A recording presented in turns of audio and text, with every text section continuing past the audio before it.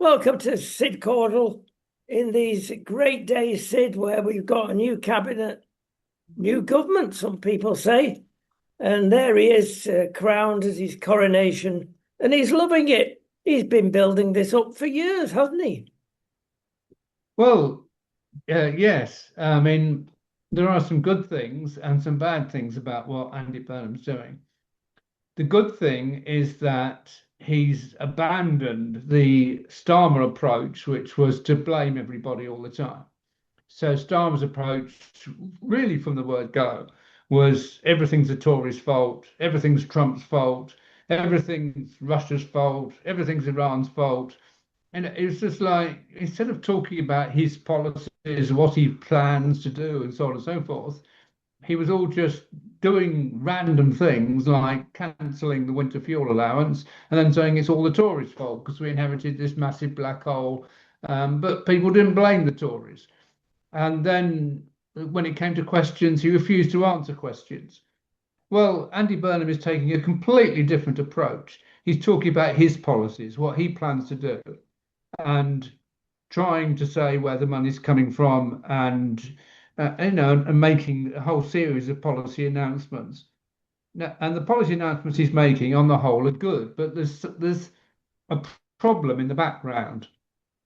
The first problem is that even though he's trying to tell us where the money's coming from, there's not actually any money there. So, for instance, he's announced this 5% reduction in VAT on energy bills, which incidentally is something which is compulsory under the EU rules. You have to have 5% on all electricity.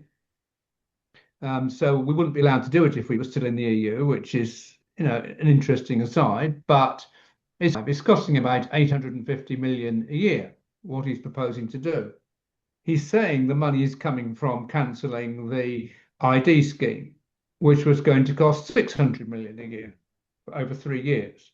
The problem was that was never funded, which Darren Jones has pointed out.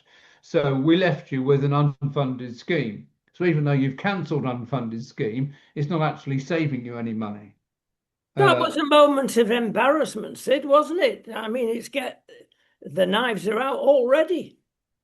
Well, yes, it's very interesting from that point of view. Yes, because he's not the only Starmer minister that's had a go at Andy Burnham. Steve Reed has also had a go at Andy Burnham. Obviously a little bit upset that he's no longer in the cabinet, no doubt. But yes, it is certainly significant that he's promoted people that are the most critical of Keir Starmer. But that aside, yeah, I mean, so there's actually no money for it. There's also, we know that Keir Starmer's left a 5 billion hole in what he's promised for defence, which frankly is very, very um, unprofessional, because Starmer actually announced that he was spending 2.6% of GDP on defence, which actually he never did. He spent 2.3%, which is what he inherited from the Conservatives. So he never increased defence spending, although he said he had increased defence spending. And what he actually announced that was going to happen in 2027 was 5 billion of it was unfunded. So Andy Burnham has appointed John Healey as Chancellor, who was very critical of the defence spending. So all that money is going to have to be found. And he's also now announced a subsidy, a further subsidy on the buses. So he says that he's going to peg fares at £2 across the country, which is going to cost another 450 million. Now, that that money, he said, is going to come from cancelling net zero. That is good. That is absolutely excellent if he's going to do that. If he's going to get rid of the net zero quangos and fund it and put the money into buses, that's a good thing. But there's a problem in that his whole approach, which he said, he's made it clear, is to focus on subsidy, not on capital investment. And he's been very critical of Margaret Thatcher, who stopped the Labour subsidies in the 1980s and instead replaced everything by capital investment. So she was actually investing in new industry, new buses, new trains, and so on and so forth across the country. Labour's policy was no capital investment all the money goes into subsidies. And Burnham says, I want to go back to the Labour policy. In the short term, it may work. In the long term, it's a disaster, because what you then have is older and older buses, which are being subsidised more and more heavily by the state because there's no capital investment going into buses. The right approach is to focus on capital investment. So you've got new, more efficient buses being run across the country, which can then be run cheaper and cheaper. That's the right approach. So he's going directly against what is the right approach. Yeah, certain things really concern me. He said, first of all, talking about free speech, he's managed to get away with it till the autumn. He's not going to be questioned, in effect, till the autumn. So he's got his own way of muzzling people, I suppose. And then it is mooted. He's going to take a chance and call an election. Is that possible? Okay, so the first point is he's not going to face questions in Parliament until October time, but he can face questions from the media. But so far, he hasn't been facing questions from the media. What he's actually done was posted stuff on Reddit, and which is a very left-wing social media site. And when the media wanted to question him, he just basically avoided all questions. So he should be facing questions from the media, which Donald Trump, incidentally, has been very good at, really from the word go. And Joe Biden was hopeless at. I mean, he never allowed questions from the media, and when he did, it was all pre-arranged questions and pre-arranged answers. And it looks as though Burnham wants to go down the Joe Biden route. Everything's got to be stereotyped, and that is very concerning. And the other question which you're asking about the possibility of an election, personally, I think we need to actually see what Andy Burnham's policies are in detail before we have any talk of an election. But the reality is at the moment that the Labour MPs are like cock a hoop at the way Andy Burnham is behaving. Having seen the utter chaos we had under Keir Starmer, the terrible policies, the utter dishonesty, and so on and so forth, and massive unpopularity, even went to minus 60%. I mean, which meant that he only had about 16% of people in the country that were supporting him, and he had about 80% of the people that were opposing him. I mean, which was like unprecedented highs for a prime minister. So we've moved away from that position to having a prime minister now who is relatively popular. And the Labour MPs are cock a hoop, because obviously it was very nasty for them when they had such an unpopular prime minister, such an unpopular leader. Now they've got a popular leader, so they love it. So we wait to see, but I don't think, frankly, that they're going to want a general election. I mean, they've got over 400 MPs, and even if they do very well in another general election, they're going to lose a fair number of those MPs. So no, I don't think they're going to want a general election. Yeah, possibly. Let's drill down a bit on who in the cabinet you would be surprised at. Number one, Louise Haigh, 2 counts of fraud, and there she is sitting on the high table. Next is friend Andy of all people, and just by coincidence, we're informed. I mean, she's got an important state role as Secretary of State, carries a lot of clout, that. But from the department, anything to do with fraud against the state has suddenly been moved to Pat McFadden's department. Now, we did it before, said the civil servants. She was appointed. Really? Yes. I'm not particularly concerned about what Louise Haigh did. I am very concerned about what Angela Rayner did and the fact she's been brought back. What Louise Haigh actually did was to report a theft to the police, and it turned out that after she reported the theft, which included a business mobile phone, the business mobile phone was rediscovered, and she didn't tell the police.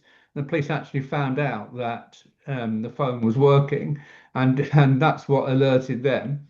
and they did some investigation, and obviously they then contacted her and said, "Wait a minute, you've reported your phone as lost, but you're using it and it's working."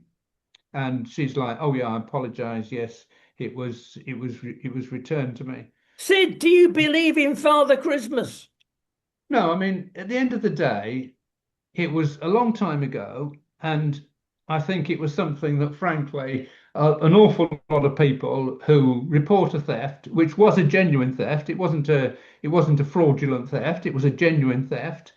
The phone was returned to her, and she didn't inform the police. She should have informed the police. It was a mistake, but I think it's a mistake that a lot of people, frankly, would have engaged in. And I think it's quite wrong 10 years later that we're still holding it against her. That's Louise Haigh. The other one, Angela Rayner, is far more serious because she actually told the authorities that her flat in Brighton was her main home. And for stamp duty purposes, she therefore avoided 40,000 of stamp duty. And she absolutely knew what she was doing. At the same time as she's telling the stamp duty authorities, HMRC, that this is her main home, she's telling the council tax authorities, the local authorities, that it's her second home for council tax purposes, and literally at the same time. So she knew exactly what she was doing. It was cheaper for council tax purposes, but it was a lot more expensive for stamp duty purposes to say it was her second home, which it was, obviously, because she was working mostly in London and her constituency was in Manchester. So it obviously wasn't her main home in Brighton. She's now agreed to repay the 40,000, which she has, but it was fraud. And there's no question it was fraud, and there's no question she knew exactly what she was doing, and it was a significant amount of fraud. So I think what Angela Rayner did is far more serious, and bringing her back into government now is basically saying we don't care if people engage in fraud, if ministers engage in fraud, and that, in my view, is far more serious than what Louise Haigh did, and she knew exactly what she was doing, and she did it intentionally.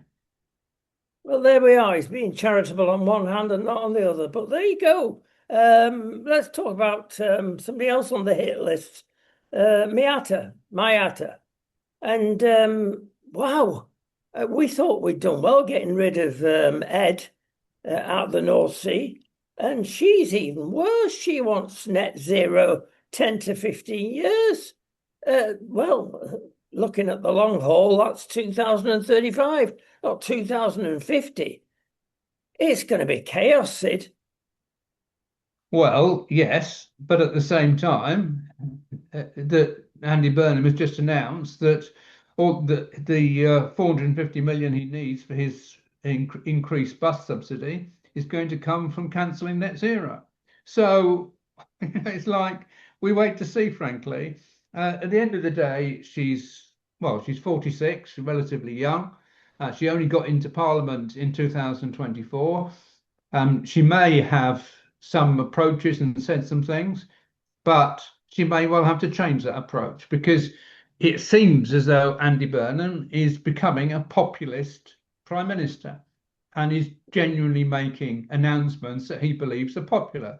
And certainly in the case of taking VAT off energy bills, it is a popular announcement. I don't say that for 1 minute. And I think it's a good idea, frankly.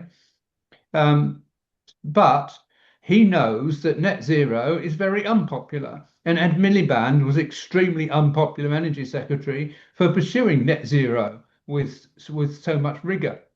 And he's also announced that the Rosebank and Jackdaw fields in the North Sea, which Ed Miliband didn't allow to produce any oil, will be allowed to produce oil. And as I said before, this can be done without any new licenses because the licenses were already granted by the Conservative government. So if that's going to happen, and Andy Burnham's going to make it happen, Miatta Fahnbulleh, whatever she says, is going to have to abide by what the Prime Minister says, and she's going to have to adapt to his policies. And hopefully, forget about what she says. She's going to have to do what she's told.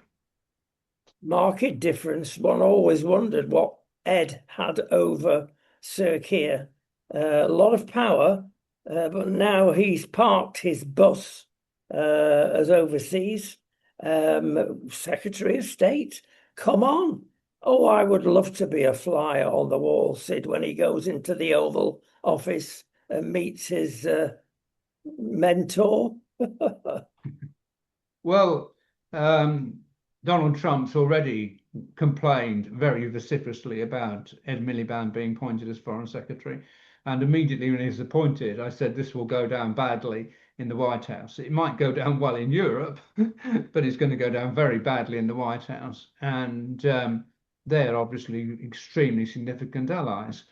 And what Andy Burnham has been saying and doing has gone down well in the White House. And Andy Burnham has invited Trump to come to Manchester, which is a good move. So on the one hand, Andy Burnham is courting the White House, but he's appointed somebody who is going to go down terribly.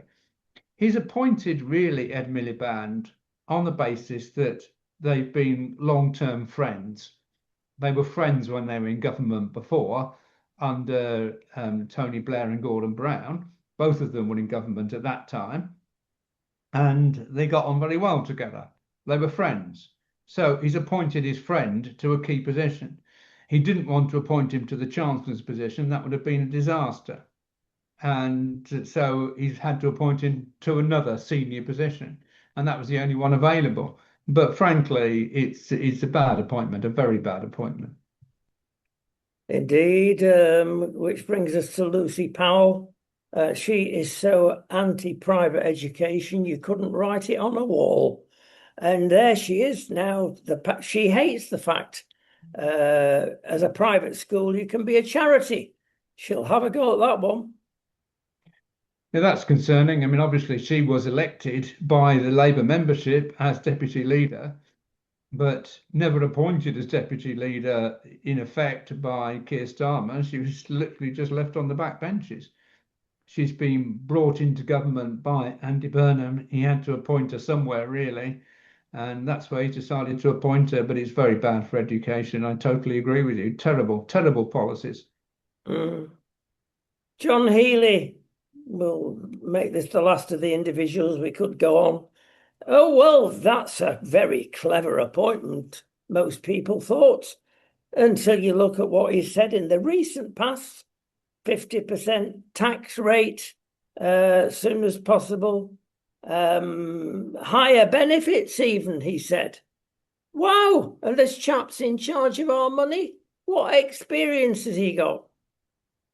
Oh, he has got experience because he was actually served in the Treasury under Gordon Brown.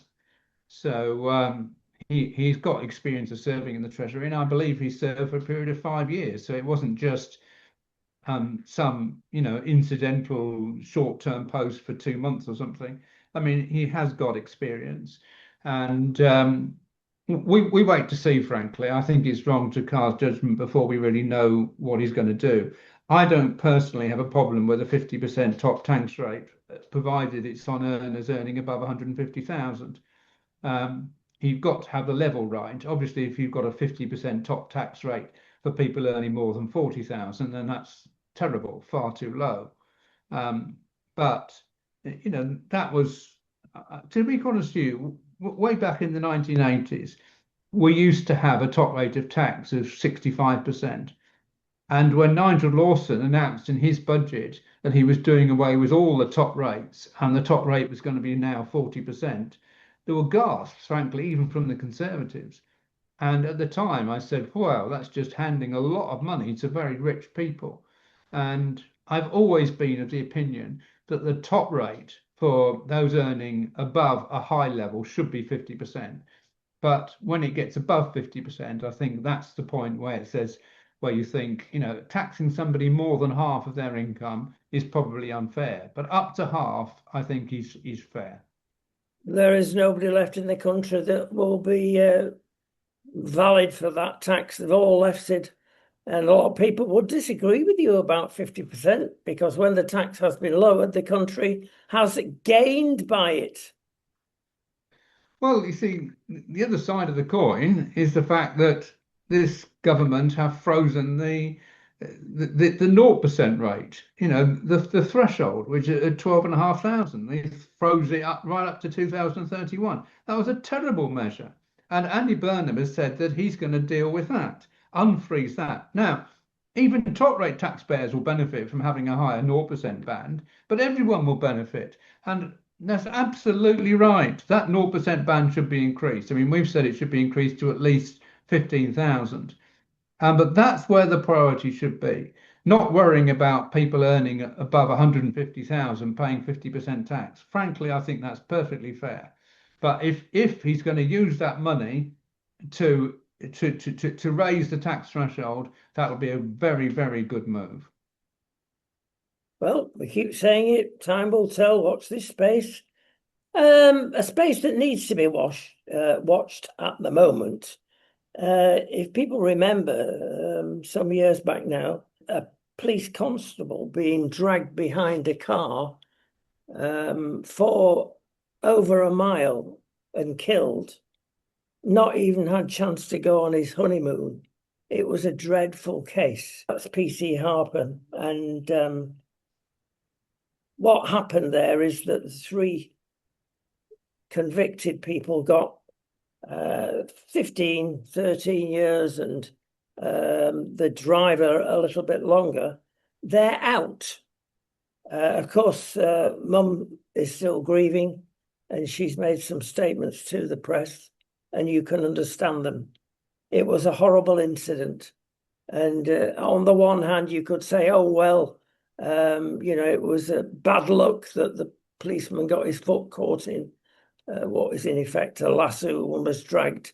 I can't believe, and nobody else could believe, especially the judge, that they travel with that police constable for 1 mile and didn't notice. So they got half justice, many people think, and now they got a quarter justice. They're out again. Now, why I'm mentioning that is that on the way to the first Downing Street cabinet meeting, Mahmood and Streeting were in a open mic experience, and the press caught jovial comments. Now, it has been blown up. One has to say this is what the newspapers, especially the tabloids, do. But it wasn't a very nice thing to say, to joke and say there are other minister involved in this. The new minister would have let them out straight away, they joked. Okay, bit of black humour there, not needed. They weren't aware of this. Strong mics these days, they can pick up anything. But what I object to, and frankly, Sid, what made me very angry this morning, was the statements that they issued, clearly written by civil servants apologising, put this on social media, get out of jail card, until you look at Mahmood's statement, which included blaming the Tories for 14 years, in effect, of mismanagement that's brought all this about. I mean, that was dreadful, Sid. Well, yes. And so far, Andy Burnham has avoided all this blame the Tories all the time. But obviously, Mahmood, being a key member of Starmer's government, hasn't moved on from Starmer's approach. Starmer's approach was blame the Tories for everything. And, the right approach, as I've said before, to crime is to work with people when they come out of prison to reduce reoffending. And it's not, it's obvious, frankly, but I don't understand why all the political parties can't grasp this, because probation is not fit for service, not fit for use. Because you talk to probation officers, and I have talked to probation officers, and I said, why can't you work and support and help people when they come out of prison? Oh, we're not equipped to do that. We're not a housing organisation. Our job is purely to basically supervise and punish anybody that breaks the rules as per the rules for them coming out of prison. That's all the job of probation is, to basically just punish people. It's not to help people and support people. So frankly, what I think we should do is to change the whole remit of probation. So instead of making probation their task is to punish people when they come out of prison if they break the rules, to help and support people when they come out of prison, giving them accommodation, helping them into work, and so on and so forth. That will mean a lot of funding. And we've said that we should allocate an extra 2 billion of funding to this. But where Christian charities have done it, they've got reoffending below 10%. And we're talking about Saltbox in Stoke, Message Trust in Manchester, which will also operate in some places of East London as well, Message Trust. And they've been very successful as charities doing this sort of work. And it's obviously sensible because you've got fewer people first of all, you've got fewer victims of crime. I mean, if on a national basis, you've got 40% reoffending. If you reduce it to below 10%, that's a massive fall in the number of victims of crime. And then you've got fewer people in court, because the courts, instead of having 40% reoffending, got less than 10% reoffending, massive reduction in the workload of the court. So you can actually afford to have jury trials rather than saying we'll do away with jury trials because we haven't got enough court space. It's just like so that no longer becomes a problem. And then you've got fewer people in prison, and you've got people in prison who've got something to look forward to when they come out, rather than being just thrown into a hostel or something, which is what happens at the moment. And if they're not thrown into a hostel, they're thrown onto the streets. And it's not surprising that they reoffend. So it's obviously that is the right approach to crime. And you don't need to build more prisons. What you need to do is to work with people to reduce reoffending.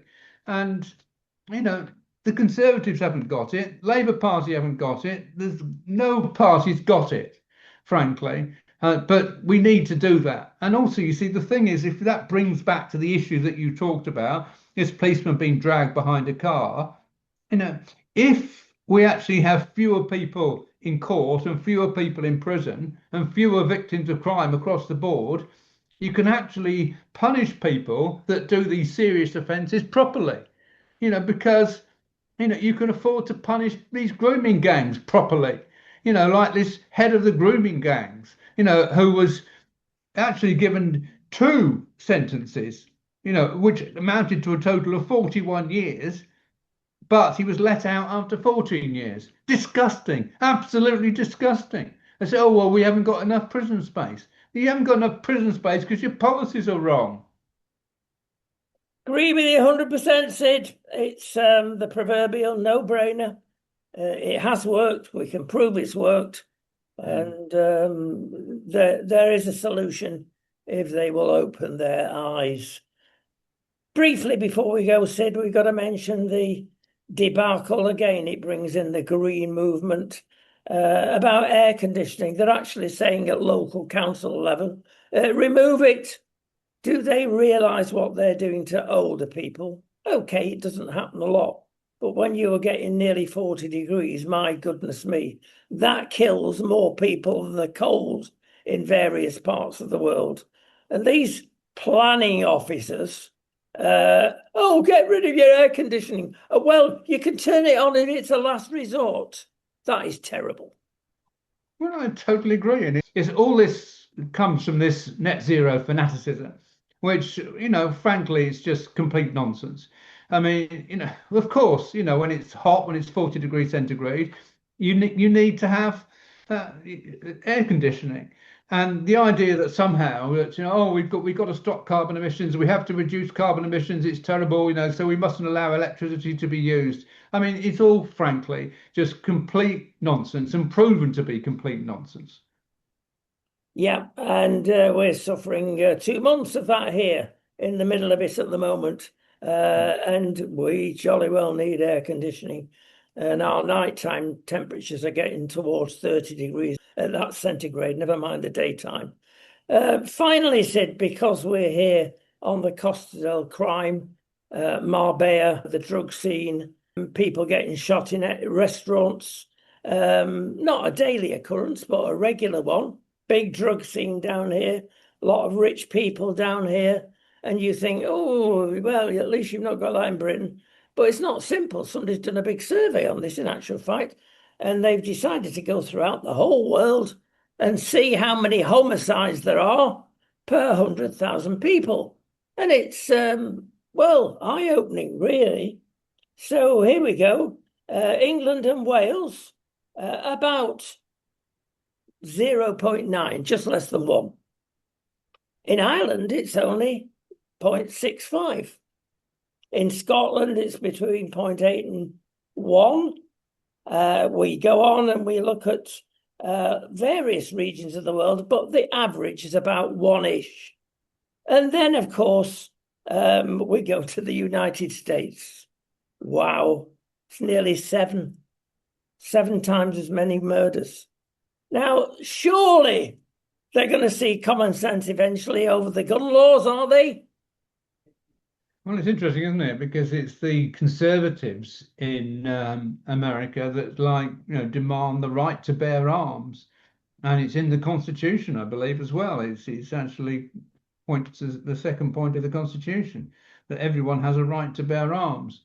And since it's part of the US Constitution, I don't think it's going to change for a long time. And obviously, I guess it does or must act as a deterrent for some crime. But yes, the number of murders in the United States must be a matter of major concern to the authorities. But unless someone has got the guts to literally change the Constitution, nothing's going to change. Finally, I've got to say that the Spanish average is 1.3, which is higher than normal, because the drug scene, because of where we're placed down here, is obviously greater. And it all is about gangland and drugs. And one has to say it's changed from the Russian drug scene to the Irish drug scene. Young Irish bands of drug pushers and movers and shakers are down here. And as in the good old days with the Russians, they used to have a quiet word between the gangs and say, that's my territory, just push back, please, before they fired the pistol. Now they don't bother doing that. These are young, reckless Irish people on the scene, and they just go bang, bang, bang, hence the restaurant thing. Well, there we are. We've covered lots of stuff today, and we'll keep in our vision. Number one, we've had no footy. We've been depressed enough with the footy, so we're giving it a rest. So we're now going to be depressed with politics. Thank you so much, Sid. See you shortly. You're welcome. Cheers.